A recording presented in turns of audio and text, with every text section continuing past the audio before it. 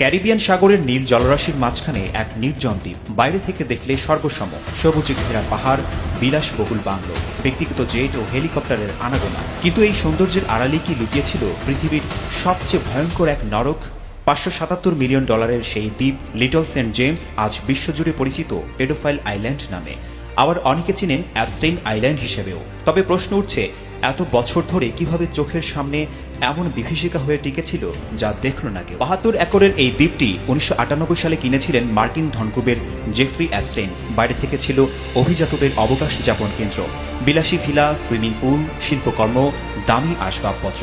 কিন্তু আশ্চর্যের বিষয় হলো, তদন্তকারীদের ভাষায় পৃথিবীতে যদি কোথাও নরক থাকে সেটাই ছিল এই দ্বীপ। পুলিশ ও প্রসিকিউটরদের অভিযোগ অনুযায়ী 12 থেকে 17 বছর বয়সী, আবার কখনো 11 বছরেরও কম তরুণীদের প্রাইভেট জেটে করে এখানে আনা হতো। প্রথমে প্রলোভন, তারপর মগজ ধোলাই।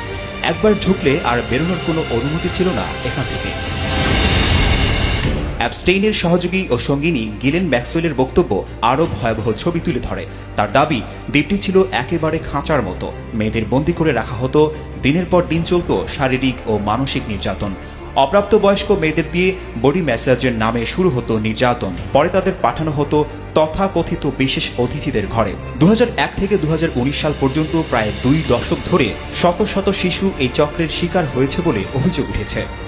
2026 সালের 30 জানুয়ারি যুক্তরাষ্ট্রের বিচার বিভাগ ডিওজি প্রায় 30 লাখ নথি, 2000 ভিডিও ও 1,80,000 ছবি সহ বড় ধরনের এক সংকলন প্রকাশ করে। এতে তদন্ত ডকুমেন্ট, ইমেইল, ছবি, ভিডিও সহ নানা বিস্তারিত তথ্য অন্তর্ভুক্ত আছে।